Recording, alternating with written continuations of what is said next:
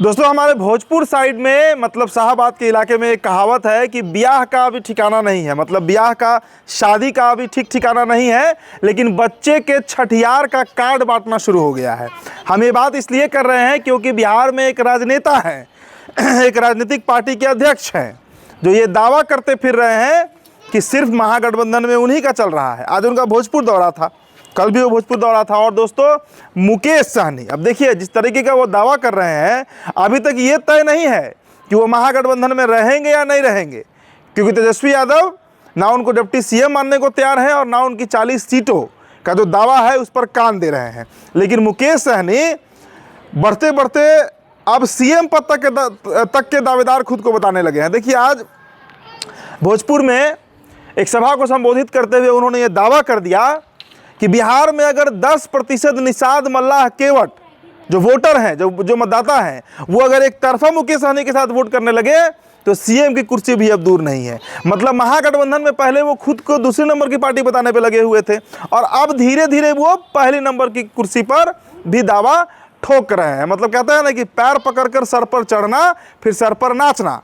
अब ये बात हम क्यों कह रहे हैं दोस्तों, देखिए आपको याद होगा कुछ दिनों पहले उन्होंने कांग्रेस पार्टी को आंख तरेड़ दिया था। उन्होंने कहा था कि कांग्रेस पार्टी जो है वो अगर इस वक्त महागठबंधन का साथ नहीं देती है, देखिए बीच में कांग्रेस पार्टी का जिस तरह का माहौल बना था, जब कन्हैया की यात्रा चल रही थी, कृष्ण अल्लावरू का जो प्रकरण चल रहा था, तो ऐसा लगा जैसे कांग्रेस पार्टी महागठबंधन से बाहर जाकर भी चुनाव लड़ सकती है, ये खबरें चल रही थी। अब उस पर मुकेश सहनी ने कह दिया उस समय कि कांग्रेस पार्टी अगर 2029 में बिहार फतह करना चाहती है लोकसभा के चुनाव में, तो इस वक्त उसे महागठबंधन में मुकेश सहनी और तेजस्वी प्रसाद यादव का साथ देना पड़ेगा। अब इस पर कांग्रेस पार्टी भड़की भी थी, हालांकि खुलकर कुछ नहीं बोल पाई, लेकिन जिस तरह का माहौल उस समय बना था दोस्तों, ये बड़ा तय माना जा रहा था कि मुकेश सहनी पर महागठबंधन में कुछ एक्शन होगा। हालांकि कुछ नहीं हुआ। चलिए, तेजस्वी यादव उतना तवज्जो भी नहीं देते हैं।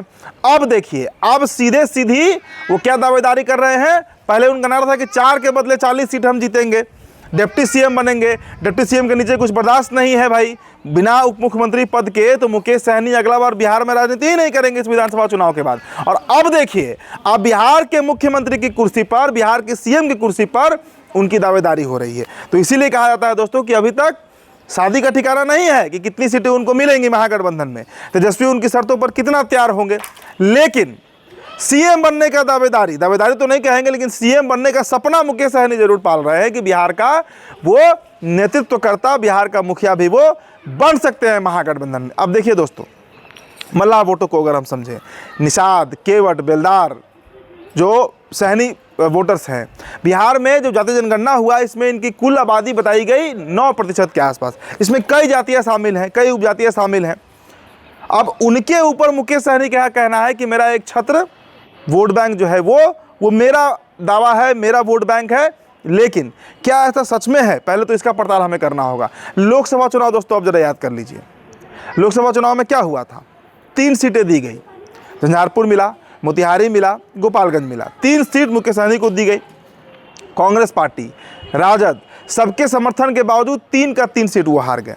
लेफ्ट 2 सीट जीत गई, कांग्रेस पार्टी भी सीट जीती, राजद भी सीट जीती, राजद पाटलिपुत्र से लेकर बक्सर कई सीटें जीती। लेकिन मुकेश सहनी का परफॉर्मेंस वही रहा जो 2015 में था, मतलब नील बटा सन्नाटा। 2020 का जरा विधानसभा चुनाव दोस्तों आप याद कर लीजिए, 11 सीटों पर मुकेश सहनी की पार्टी लड़ी, 4 उनके प्रत्याशी जीत गए। सवर्णा सिंह जीत गई, मिश्री लाल यादव जीत गए, साहेबगंज से राजू सिंह जीत गए। लेकिन खुद जो लड़े मुकेश सहनी सिमरी बख्तियारपुर, वो सीट नहीं बचा सके, जबकि एनडीए गठबंधन में लड़ रहे थे। एनडीए गठबंधन मजबूती से लड़ रही थी, बीजेपी का साथ था, नीतीश कुमार का साथ था, तभी वो सीट नहीं बचा पाए। देखिए वो मल्लाहों का सीट माना जाता है। तो हर परिस्थिति में एक तरीके से कहिए तो बिहार की राजनीति में फिसड्डी जो शब्द होता है, फिसड्डी साबित होते आए हैं मुकेश सहनी। लेकिन मुकेश सहनी का देखिए दावा कितना बड़ा होता है कि 40 सीट, डिप्टी सीएम, यहाँ तक भी मामला समझ में आ रहा था। हालांकि तेजस्वी यादव इसको तवज्जो नहीं दे रहे थे। तेजस्वी यादव ने कभी मुकेश सहनी पर कोई प्रतिक्रिया ही नहीं दी है आज तक। कांग्रेस पार्टी को लेकर वो प्रतिक्रिया देते हैं, राहुल गांधी से मिलने जाते हैं, समन्वय समिति की जब बैठक होती है उसमें कांग्रेस पार्टी पर बात करते हैं, लेफ्ट पर बात करते हुए दिखते हैं तेजस्वी यादव, लेकिन मुकेश सहनी पर बात नहीं करते। और अब देखिए मुकेश सहनी का मन क्या कह रहा है कि अगर 10% मल्लाह वोटर एक साथ मुकेश सहनी के आ जाए तो वो बिहार के सीएम भी बन सकते हैं, बिहार के सीएम की कुर्सी पर विराजमान हो सकते हैं। तो दोस्तों उस गुणागणित से बिहार में अभी अगर सर्वाधिक वोट प्रतिशत की कोई पार्टी है, मतलब सबसे बड़ी पार्टी है जिसके पास सबसे बड़ा जनाधार है, तो वो अभी राजद है, जिसके पास करीब करीब 28 से 30% एक मुश्त वोट बैंक है। उसके बाद बीजेपी है, फिर जेडीयू है, फिर अन्य पार्टियां हैं। मुकेश सहनी के पास अगर वास्तु स्थिति पूछिए तो सर्वे बताते हैं, जो पूर्व में हुए चुनाव के परिणाम बताते हैं, तो 2 से 2.5% का वोट बैंक इनके पास है, जिसकी बदौलत ये बिहार में राजनीति कर रहे हैं। सीट जितना दूर, सीट पर उस लायक वोट भी इनको नहीं मिलता है कि आगे कोई दावेदारी कर सके, लेकिन दावेदारी इनकी बहुत बड़ी है, बड़ी बड़ी दावेदारी कर रहे हैं मुकेश सहनी। तो देखिए अब इस पर महागठबंधन क्या कहती है, क्योंकि सीधा सीधी अब तेजस्वी प्रसाद यादव पर यह अटैक था और इससे सियासी भूचाल बिहार में मचना तय है। क्योंकि महागठबंधन में भाई जब कांग्रेस पार्टी का दाल नहीं गला तो मुकेश सहनी किस खेत की मूली है। जुम्मा जुम्मा अभी 8-10 साल की इनकी पार्टी हुई, कोई वैसा बड़ा करिश्मा भी नहीं दिखाया गया था कि लोकसभा में ये 2 सीट जीत गए रहते, या पिछले विधानसभा में 11 में ये 7-8 सीट जीत गए होते, 10 सीट जीत गए होते, उपचुनाव हुआ वहाँ पर कुछ सीटें जीत गए होते।